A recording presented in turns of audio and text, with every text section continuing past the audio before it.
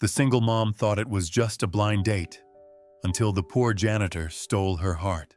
The air over Lakewood shimmered with the pale gold of late autumn. Morning light slid across the calm surface of the lake, painting soft ripples that broke against the pier outside Harbor and Hearth Cafe. Inside, the smell of roasted beans and cinnamon lingered under the quiet hum of conversations. Grace Whitman sat near the window, one hand wrapped around a paper cup that had long gone cold. Her reflection in the glass looked tired, dark circles beneath kind eyes, hair pinned neatly in the way she always wore it for work at the community center. Across the table, her 7-year-old son, Elliot, stirred his cocoa with both hands, tapping the spoon against the rim. He looked up now and then, eyes darting toward the door, as if waiting for someone exciting to walk in. Grace forced a small smile for him, though her heart wasn't in it.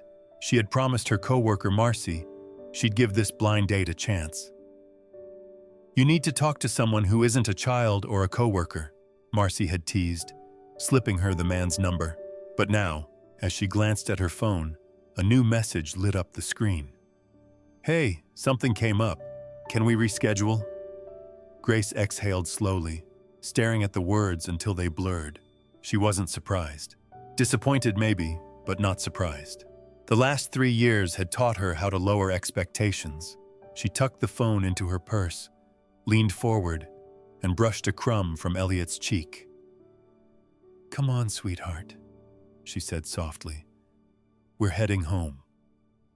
Elliot frowned. "But we just got here." "I know, the man couldn't make it." "Is he scared of girls?" Elliot asked, genuinely puzzled. Grace let out a short laugh, shaking her head. "Maybe." She began gathering their coats and his sketchbook from the chair beside her. But when she turned back, Elliot was gone. Her pulse skipped. "Elliot?" she called, scanning the tables.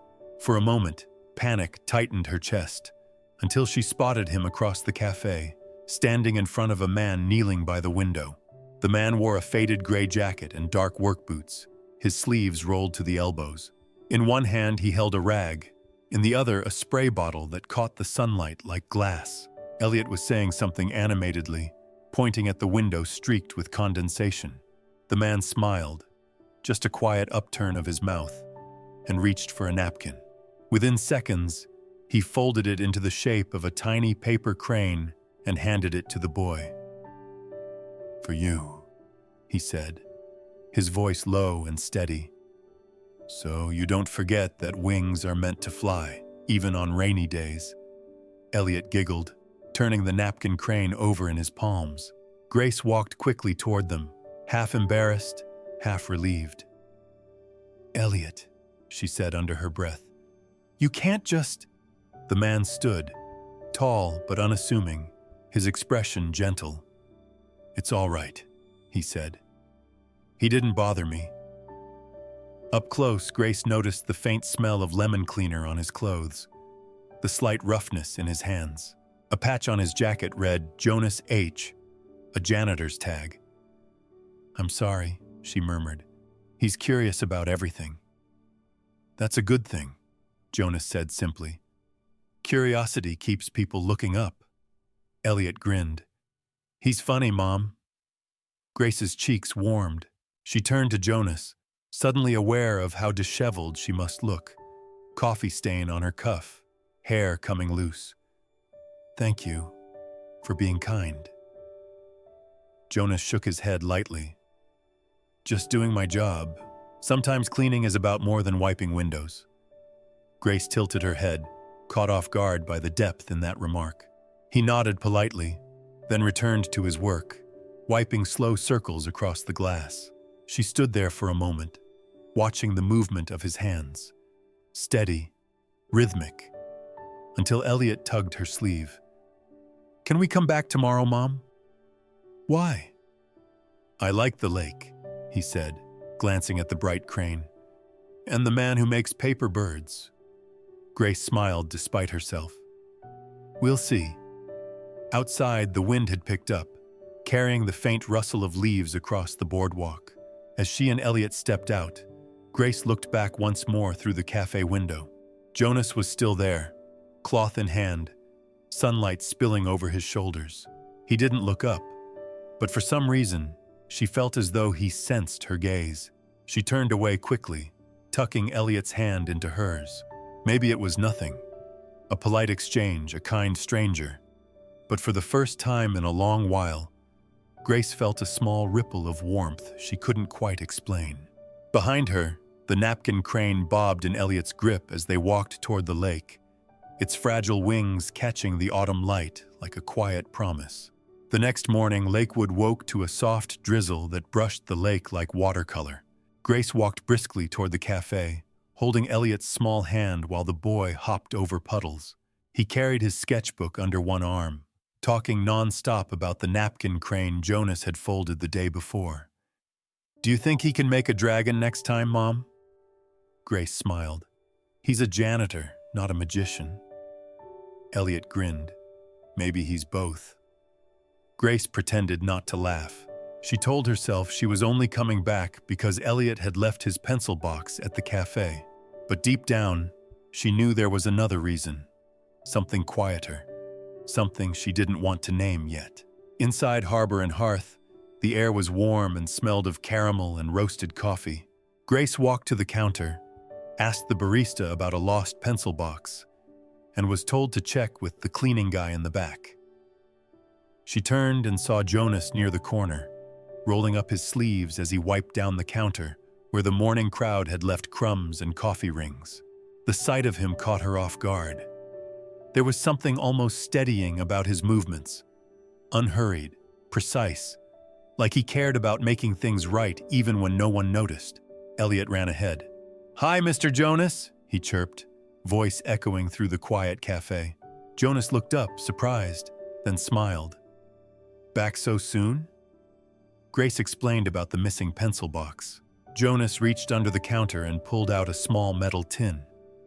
"Found it near your table after closing," he said. "Didn't think I'd see the owner again this fast." "Thank you," Grace said, tucking a loose strand of hair behind her ear. "You saved me another trip to the store." "Just part of the job," he said easily. "Saving people from small disasters." Elliot giggled at that, while Grace felt her cheeks warm. Jonas poured her a cup of chamomile tea from a small pot near the machine. "You look like you could use this," he said. Grace hesitated, then accepted. The mug was pale blue, chipped along one edge. She ran her thumb along the crack. "This one's seen better days," she murmured. "Yeah," Jonas replied, leaning his arm against the counter. "It cracked months ago. The owner told me to throw it out, but I kept it. It still holds the heat." Grace looked up. "Why?" "Because not everything broken stops being useful," he said simply. "Sometimes you just have to hold it a little gentler." The words stayed with her longer than the taste of tea. Elliot sat nearby, drawing on his sketch pad while Jonas cleaned the espresso machine. Every few minutes, the boy lifted his drawing for Jonas to see. "This is you," he said, showing a stick figure holding a broom like a sword. Jonas laughed quietly. "You made me taller than your mom." "That's because you fix things," Elliot said seriously. Grace watched the exchange, something warm unfolding in her chest. For so long, she'd lived inside her schedule.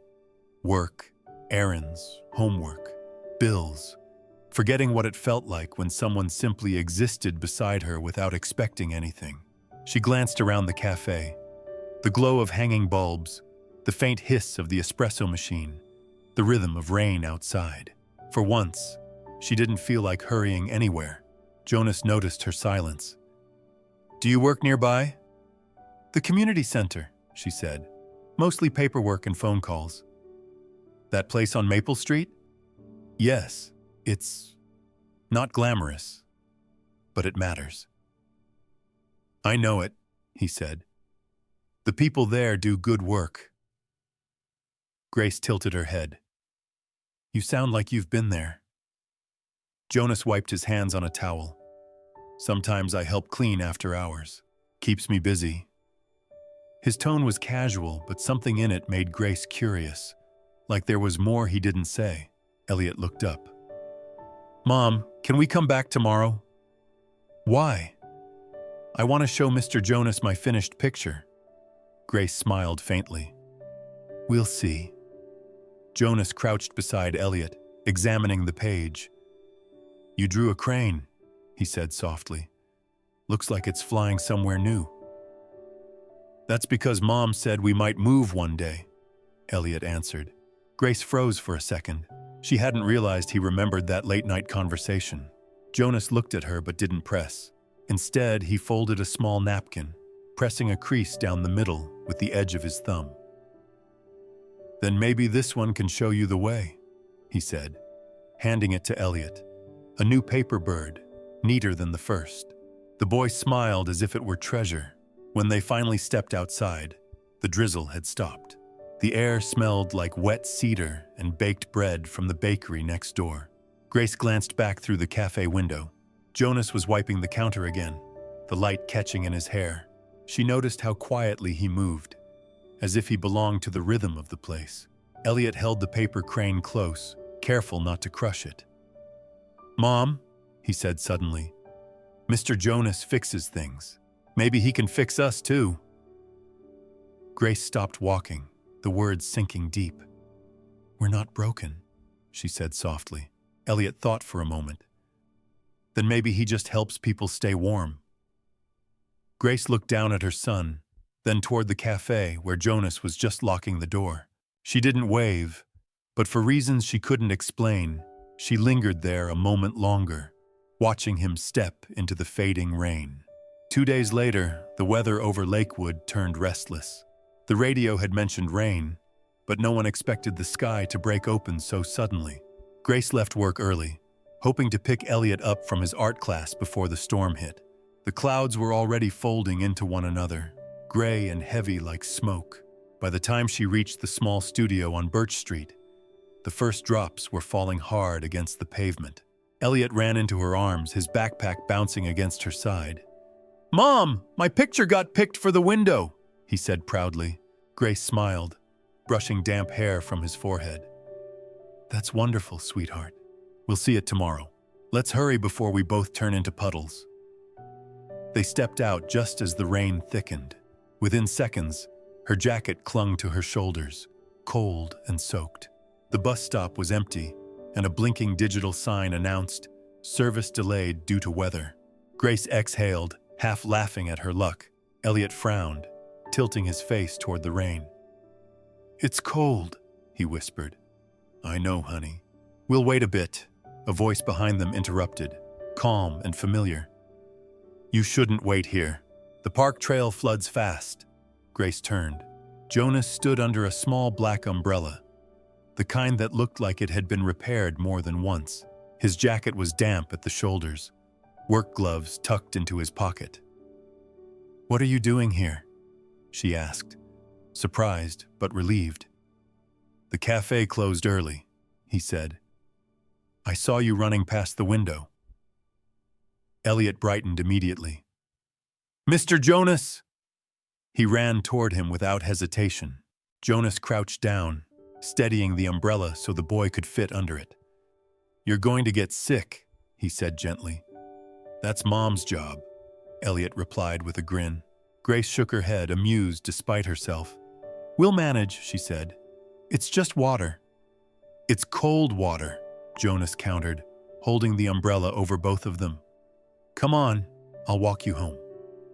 Grace hesitated. You don't have to. I know, he said simply, but I want to.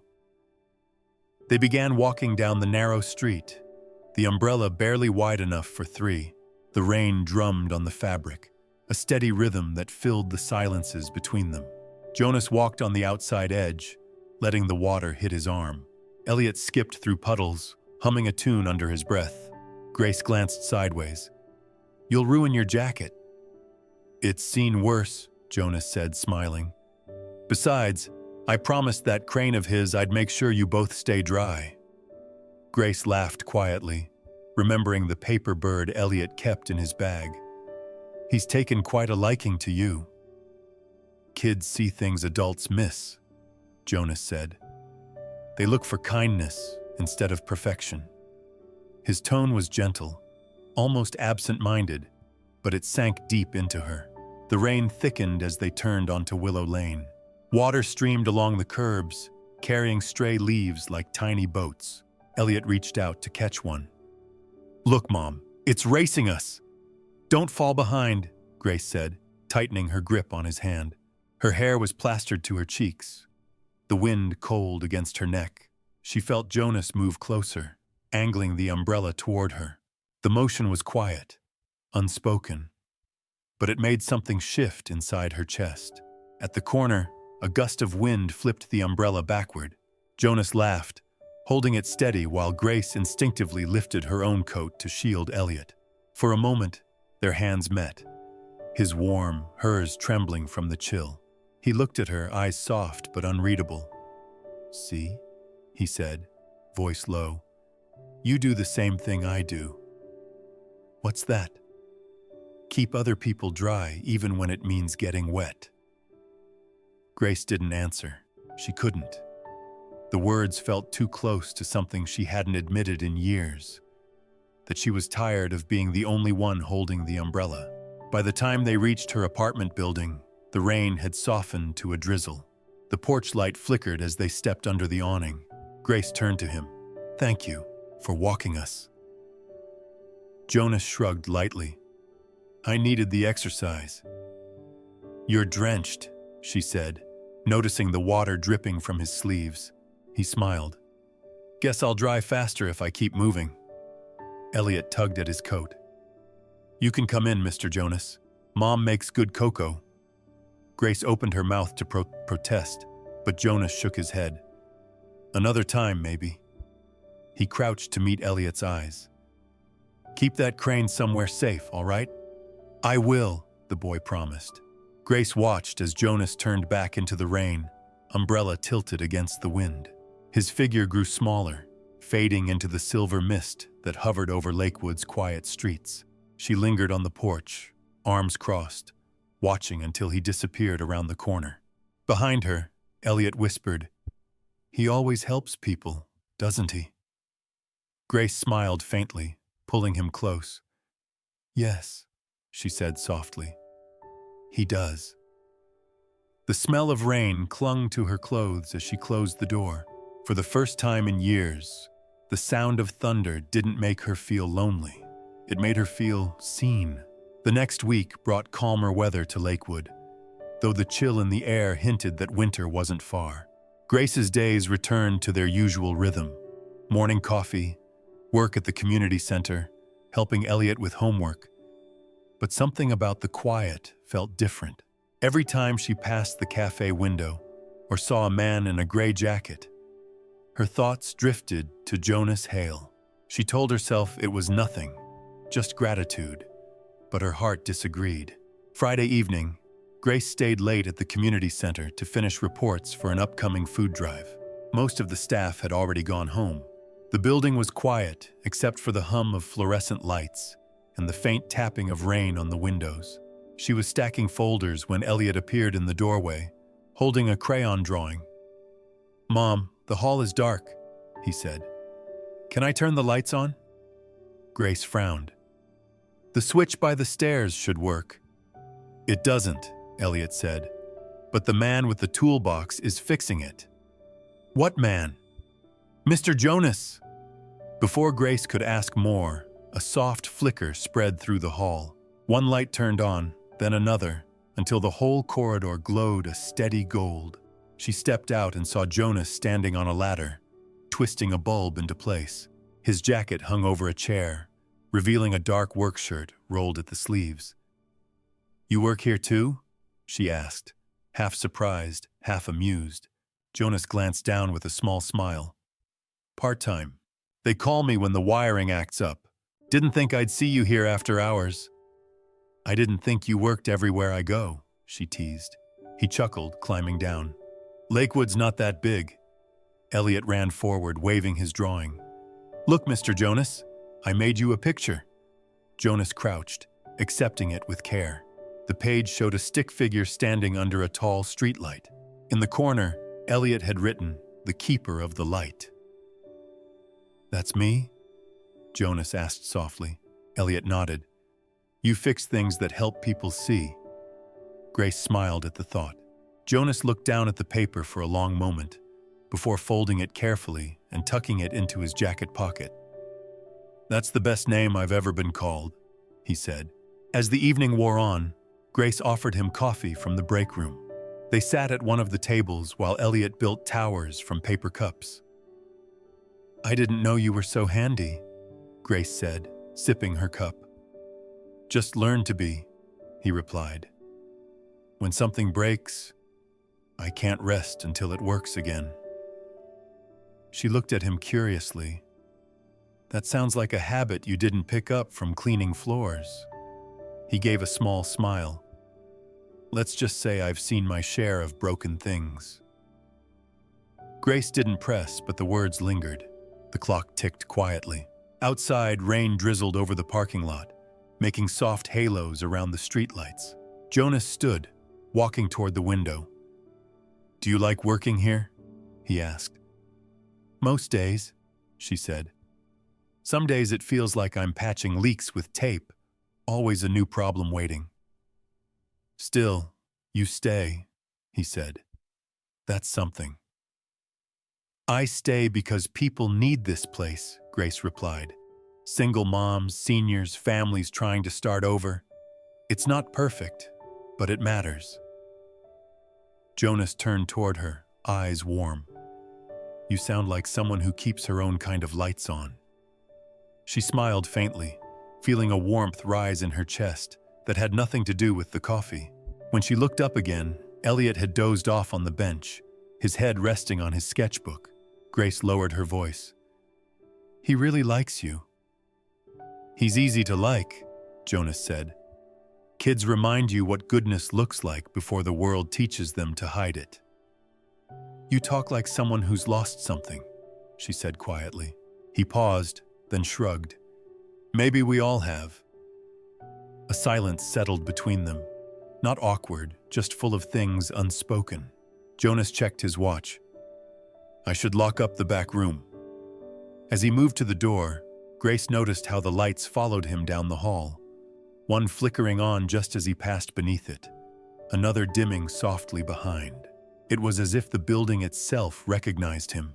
When he returned, he carried a box of spare bulbs. You can keep these in the office, he said. You'll need them before winter. Thank you, she said, taking the box. Their fingers brushed, and for a second, neither moved. He smiled, a quiet acknowledgement of something neither of them dared to name. He slipped on his jacket, nodded toward Elliot. I'll get the hallway lights on when you lock up. You don't have to, Grace said again, though her tone lacked conviction. I know, he replied, reaching for the switch.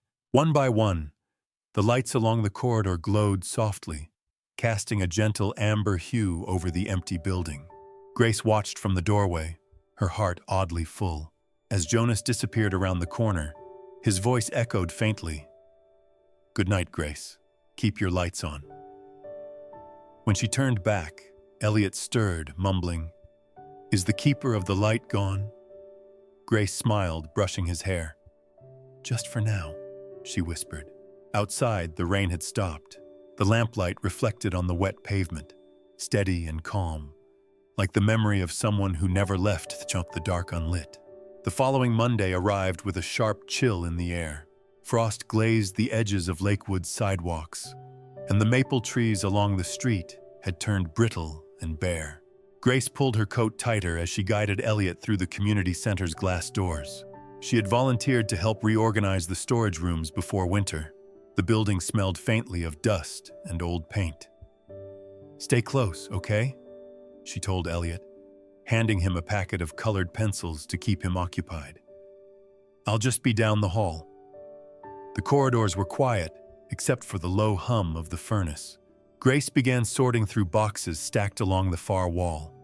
Old pamphlets, broken toys, out-of-date paperwork. In the middle of her work, she heard footsteps and looked up. Jonas was standing in the doorway, a flashlight hanging from his belt and a coil of wires over his shoulder. You again? Grace said with a teasing smile. I should start charging you rent, he replied. They called me in to fix the heating system. He set his tools down and offered to help move the heavier boxes. Working side by side, they fell into an easy rhythm, lifting, passing, folding.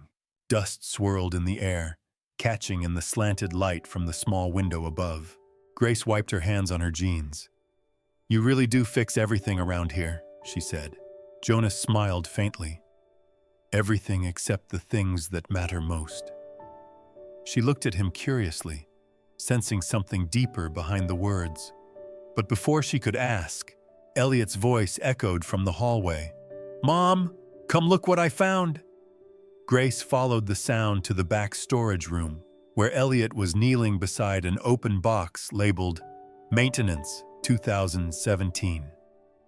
Inside were old photos, name tags, and a framed certificate speckled with dust.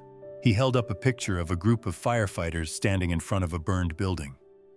That's Mr. Jonas, he said, pointing at the man in the middle, covered in soot, but smiling. Grace froze. Jonas stood silently behind her, eyes fixed on the photograph. You were a firefighter, she said softly. He hesitated, then nodded. A long time ago. Why didn't you tell me? Because it's not who I am anymore, he replied. I left that life behind. Elliot turned the photo over and found another, this one showing a younger Jonas kneeling beside a small boy wearing a toy fire helmet.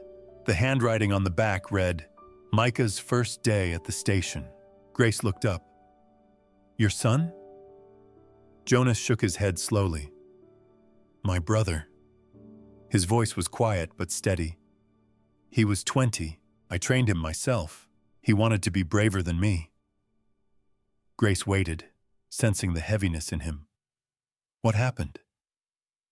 Jonas took a breath. There was a building fire downtown 7 years ago. We were both inside. A kid was trapped on the second floor.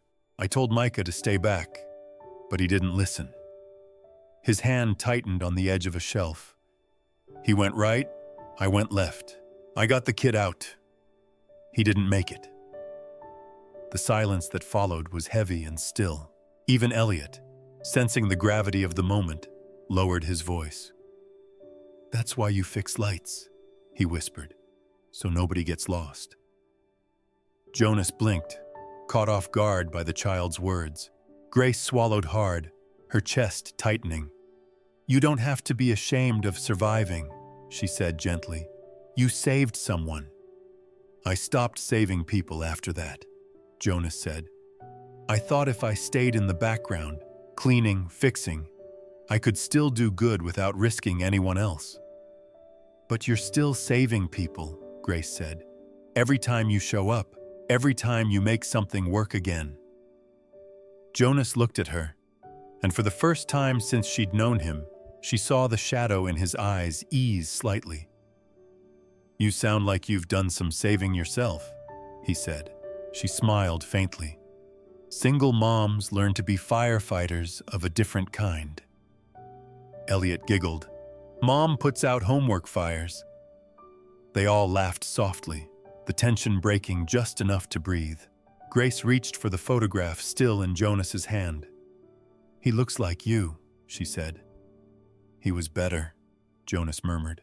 Grace folded the photo back into its sleeve and placed it gently in the box. You kept this hidden long enough, she said. Maybe it's time you stop fixing things in the dark. Jonas didn't answer right away. Instead, he looked at the faint shaft of light cutting through the dusty air. Maybe, he said finally. Elliot tugged his sleeve. Mr. Jonas, can we keep the picture of the light bulb? Jonas frowned in confusion, then noticed the corner of a small drawing inside the box, an old safety poster showing a hand holding a glowing bulb. The slogan underneath faded but still legible. One light can save a life. He smiled. Sure, he said, handing it to Elliot. You can hang it in the hall. Later, as they locked the storage room, Grace glanced at Jonas. "Thank you for telling us. Thank you for listening," he replied. Outside, dusk was falling over Lakewood, turning the lake into a sheet of dark glass. The streetlights flickered to life one by one, reflecting softly on the water. As they walked toward their cars, Grace realized something had changed. The mystery that once surrounded Jonas wasn't just about who he used to be.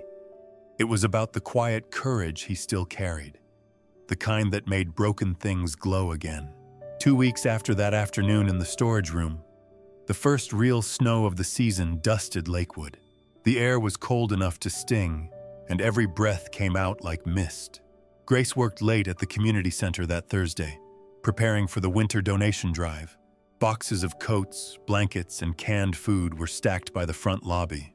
Elliot sat at a corner table drawing on scraps of paper, humming softly to himself. Jonas had been around earlier, fixing a leaky radiator, but he'd left before sunset. The building felt quieter without him. Around 7, the lights flickered once, then steadied. Grace barely noticed. She was typing up volunteer schedules when she heard a faint pop from the kitchen, like a fuse blowing. A moment later, the smell of smoke curled faintly through the air. "Elliot?" she called, standing quickly. "Get your coat." The boy looked up, eyes wide. "Mom?"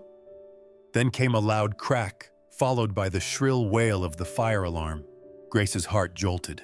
Flames were licking up from behind the counter in the kitchen doorway, feeding on cardboard boxes stacked near the stove. She grabbed Elliot's hand and pulled him toward the exit, but thick smoke began to roll through the hallway. "Stay low," she said, crouching as they moved.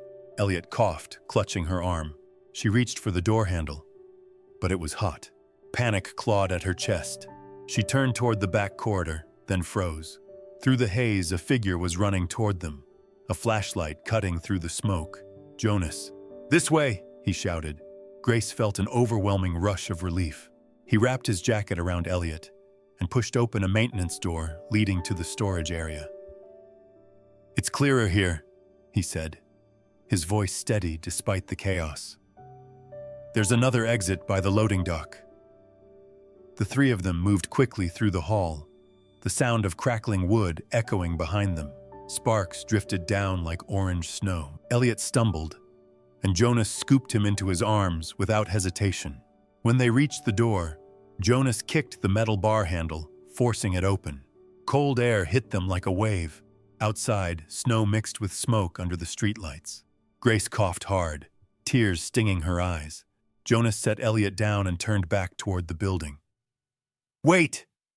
Grace grabbed his arm. "Where are you going?" "There's still someone inside," he said. "Mr. Lyle was in the basement office when I came through." "You can't," she said, gripping his sleeve. "Jonas, it's too dangerous." He looked at her, eyes calm, determined. "I told you once, Grace. I can't rest when something's broken." Then he slipped from her grasp and disappeared through the door before she could stop him. Grace stood frozen in the falling snow, her breath fogging the air. She pulled Elliot close, wrapping her coat around him, whispering prayers she hadn't said in years. Minutes dragged on like hours. Fire engines wailed in the distance. Then, through the haze, she saw movement. A figure emerging from the doorway, carrying another man slung over his shoulder. Jonas stumbled into the open air as firefighters rushed forward to take the unconscious man from his arms. He collapsed to one knee, coughing, his face streaked with soot. Grace ran to him. "Jonas!" She knelt beside him, pressing a trembling hand to his cheek. "You're hurt!" He tried to speak but coughed instead. You shouldn't be here," he rasped. "I told you to stay safe." "Not without you," she said firmly. A paramedic guided them toward an ambulance. Elliot followed close behind, clutching the paper drawing of the lightkeeper he had been coloring earlier. Inside the bright ambulance, Jonas's hand trembled slightly as he reached for Grace's. She took it, holding tight. His skin was warm despite the cold outside. "Why do you keep running into fires?" she whispered, voice breaking. He gave a weak laugh. "Bad habit." His eyes fluttered open, meeting hers. I promised myself I wouldn't run toward the flames again. But when I saw the smoke, he trailed off, breathing shallowly. You didn't hesitate, she said. Because of you, he murmured. Because I remembered what you said in the storage room, about fixing things in the dark. Grace's eyes filled. You're the one who taught me that broken things can still hold warmth. The paramedic interrupted gently. We're taking him to St. Mary's Hospital. Mild burns and smoke inhalation. He'll be okay. Grace nodded, her heart still pounding. As the ambulance doors closed, she sat beside him. Elliot squeezed between them. Jonas's hand found hers again, weak but sure. The siren wailed, lights flashing red across the snowy streets. Grace leaned closer so he could hear her over the noise. You don't have to keep saving everyone, she whispered. Just promise me you won't stop saving yourself. His lips curved into the faintest smile. Only if you'll let me start with you. She didn't answer, only pressed his hand tighter. Outside the ambulance window, Lakewood glowed in streaks of gold and red, the reflection of fire engines against falling snow. For Grace, the sight wasn't terrifying anymore. It was the color of courage, of something being reborn. Snow still blanketed Lakewood the morning Jonas was discharged from St. Mary's Hospital. The fire at the community center had been contained before it spread, and news articles called him a local hero. He didn't like the word. He said he only did what anyone else would have done. Grace knew that wasn't true. No one else had run back into the fire. She met him at the hospital entrance, holding a thermos of cocoa and Elliot's hand. The boy waved a handmade sign that said, "Welcome back, keeper of the light." Jonas laughed softly, a sound that melted the cold air between them. His arm was bandaged from wrist to elbow, but his smile was warm. You two didn't have to do all this, he said. We wanted to, Grace replied. Besides, Elliot insisted. The boy beamed. You still owe me a story about the paper crane. Jonas raised an eyebrow. A story, huh? All right, but only if your mom promises not to cry. Grace rolled her eyes but couldn't hide her smile. They walked slowly toward the car, snow crunching beneath their feet. The lake shimmered nearby, frozen along the edges. When they reached Grace's apartment, she helped him settle onto the couch while Elliot busied himself in the kitchen making cocoa. The living room glowed with the soft yellow light of evening. Grace placed a small box on the coffee table. Before the fire, Elliot was coloring this for you, she said. Inside was the drawing he'd been working on that night. The keeper of the light standing beside two stick figures under a sky of gold. Across the top, in uneven handwriting, were the words, Our Real Family. Jonas looked at it for a long time before speaking. That's a big title to live up to, he said quietly. It already fits, Grace answered. Elliot returned, carrying 3 mugs that sloshed dangerously as he walked. Jonas steadied one with his good hand, smiling. You've got good balance, kid. Mom says it's practice, Elliot said proudly. They drank cocoa and talked about everything except the fire. Grace noticed how easily Jonas laughed now, how the weight in his eyes had softened. But when he looked down at his bandaged arm, she caught a flicker of old guilt returning. She set her mug aside. You know, she said softly, you can stop running from who you were. You didn't fail your brother Jonas. You honored him every time you helped someone else. He glanced at her, unsure what to say. She continued, You didn't save people because you were a firefighter. You saved them because that's who you are. His throat tightened. Grace. You fixed the lights, the heat, the leaks, but you also fixed this place. She pressed her palm gently to her chest. You fixed me. The silence that followed was steady and full. Elliot broke it by climbing onto the couch between them, holding the old drawing of the light bulb they'd found in the storage room. Mr. Jonas, can we hang this in the community center again, when it's repaired? Jonas smiled. I think we can do better than that." A month later, when the rebuilt center reopened, they gathered under the new glass canopy. A plaque near the entrance read, "For those who keep the lights on, even in the dark." Jonas stood beside Grace and Elliot as the mayor gave a short speech, but his eyes were on the hallway lights inside. New bulbs glowing softly, exactly as he'd promised. After the ceremony, they walked down to the lake. The ice had begun to thaw, and sunlight danced across the surface. Elliot ran ahead, tossing crumbs for the birds. Grace and Jonas followed at a slower pace. "How's your arm?" she asked. "Almost good as new," he said, flexing it slightly. "Doctor said I should take it easy, but I think he knows I won't." "You never do," she teased. "No," he said with a grin. "But I'm learning." He stopped near the railing, reached into his coat pocket, and pulled out a small object wrapped in brown paper. "This is for you." Grace unfolded it carefully. Inside was the cracked blue mug from the cafe, the one she had once held as he said broken things could still hold warmth. But now, the crack was sealed with thin veins of gold lacquer shining against the porcelain. "Kintsugi," he said quietly. "I wanted to try fixing something the right way this time." Grace's eyes misted. "It's beautiful." "So are second chances," he said. She looked up at him, and for a moment, neither spoke. Then Elliot shouted from the pier, "Mom, Mr. Jonas, look!" He pointed toward the lake where a single paper crane floated on the rippling water, drifting away slowly in the sunlight. Grace laughed softly. "He must have snuck that from home." Jonas smiled. "Good thing it knows how to fly." They stood together, hands brushing, watching the crane until it disappeared into the distance. The wind off the lake was cold, but Grace didn't feel it. She turned to him. "Thank you," she whispered, "for coming back, for everything." "I didn't just come back," he said. "You gave me somewhere to belong." Elliot ran back, grabbing their hands.